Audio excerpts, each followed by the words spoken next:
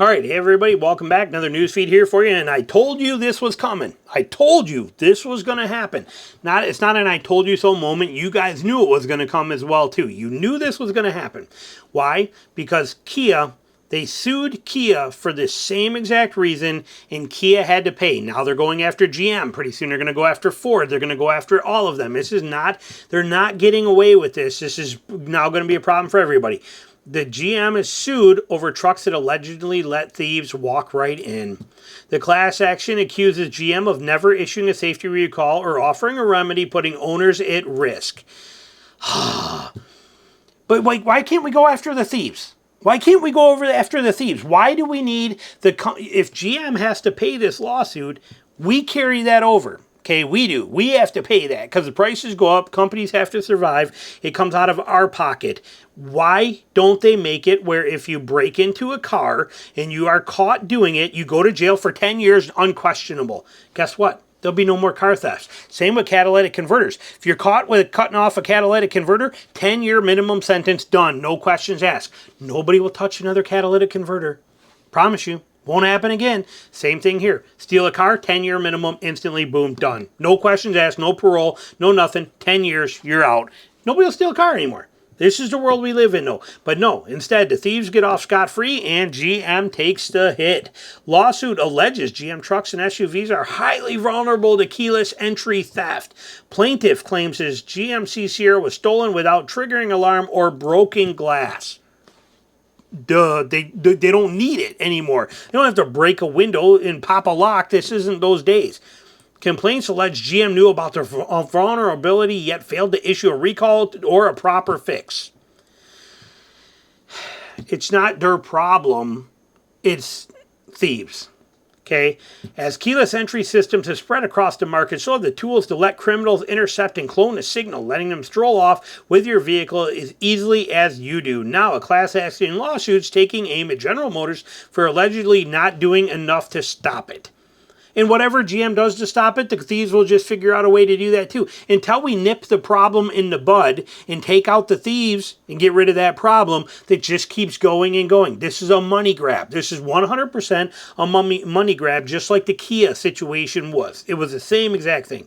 The complaint comes from Jeremy Burkett, a Texas resident who previously owned a 2016 GMC Sierra 1500. His truck came with 2 keyless entry modes, and in November 2022, it vanished from his driveway. There were no broken windows, no alarms, no sign of forced entry. Burkett suspects someone was using a cloning device to his front door where he had left the key inside to capture the signal and quietly make off with the Sierra. Okay, and in a lawsuit, names all Chevy Tahoe Suburban, Silverado, GMC Yukon, Yukon XL, Sierra, Cadillac Escalade ESV models built between 2010 to present being impacted. The class action says that GM has acknowledged that the class vehicles are highly prone to theft, but has not issued any kind of safety recall, providing coverage. How about they do a class action lawsuit on, this is in Texas, how about we do a class action lawsuit on these states that let criminals get away with this stuff? How about that class action? Maybe we get somewhere with that. Like I said, this gets under my skin. It's ridiculous. What should owners do? Owners of vehicles with keyless entry systems take a few basic steps to make sure that they're less vulnerable to theft. If you have access to a locked garage, use it.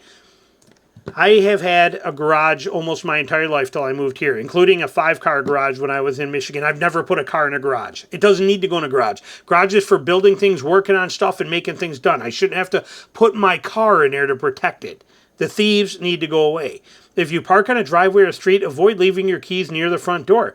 If you're really, really paranoid, you can store them in a small Faraday pouch or box that will block wireless signals. Come to think of it, even if you're paranoid, it doesn't mean they're not out to get you. Or more specifically, your car. Really? I mean, seriously. All of this needs to just stop the thieves. Stop the frickin' thieves. And we solve the problem. Anyway, there you go. The lawsuit. So another GM lawsuit for no stupid apparent reason other than the fact that Kia had the same thing happen to them and they paid out to people. So now lawyers are like, yes, let's get GM. Ford sued too. Ford sued over a Band-Aid fix. Now, this is something that Ford does all the time. Ford is notorious for this. This is what they do constantly. Hopefully, they get back on track, because this is just sad that this is the Ford world. I think I've used Ford and Band-Aid in recall like in 12 videos now over the last year and a half. It's ridiculous. But this one is for Ford is heading to court against owners of the cars from 2013 through 2019. All of them own or owned a car with a small EcoBoost engine that failed. Small turbocharged engines are raised these days, popular, blah, blah, blah. Here we go. Ford introduced some of its own EcoBoost engines with displacement ranging from 1.5 to 2 liters are the subject of the new lawsuit. Plaintiffs allege that the Blue Oval built these engines with a defect and didn't alert owners. Ford, and here's the vehicles. It's for the Ford Escape, the Fusion, the Edge, the Lincoln MKC, and the MKZ.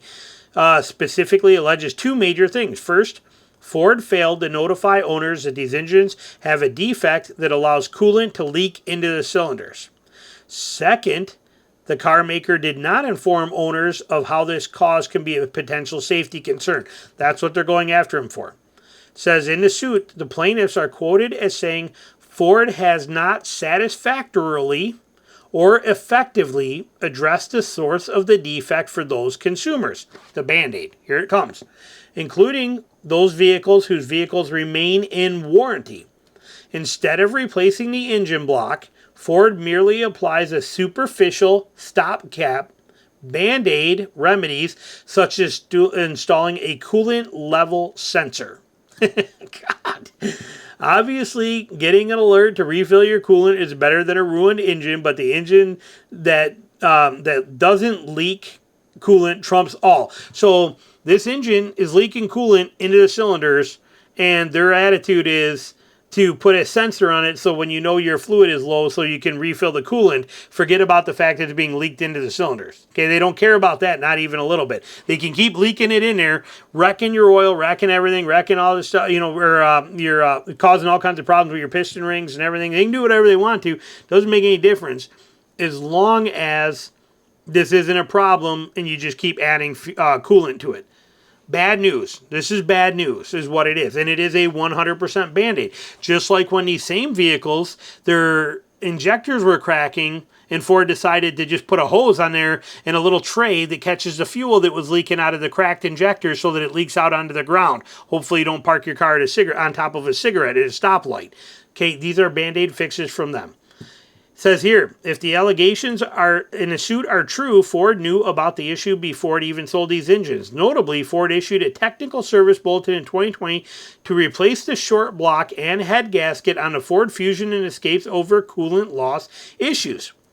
The plaintiffs say that the actions like replacing the engine don't fix the issue since the replacements have the same defect. One technician familiar with the issue shows off why they are defective as below. The head gasket appears to fail between the cylinders. Having a gander below and let us know your thoughts if this is a design defect in your eyes or just a result of normal wear and tear. You can see it here, but it's basically failing. That gasket is failing here and letting this stuff in there.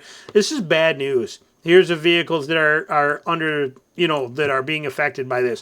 Ford and the Band-Aids. I cannot get over Ford and the stupid Band-Aid fixes.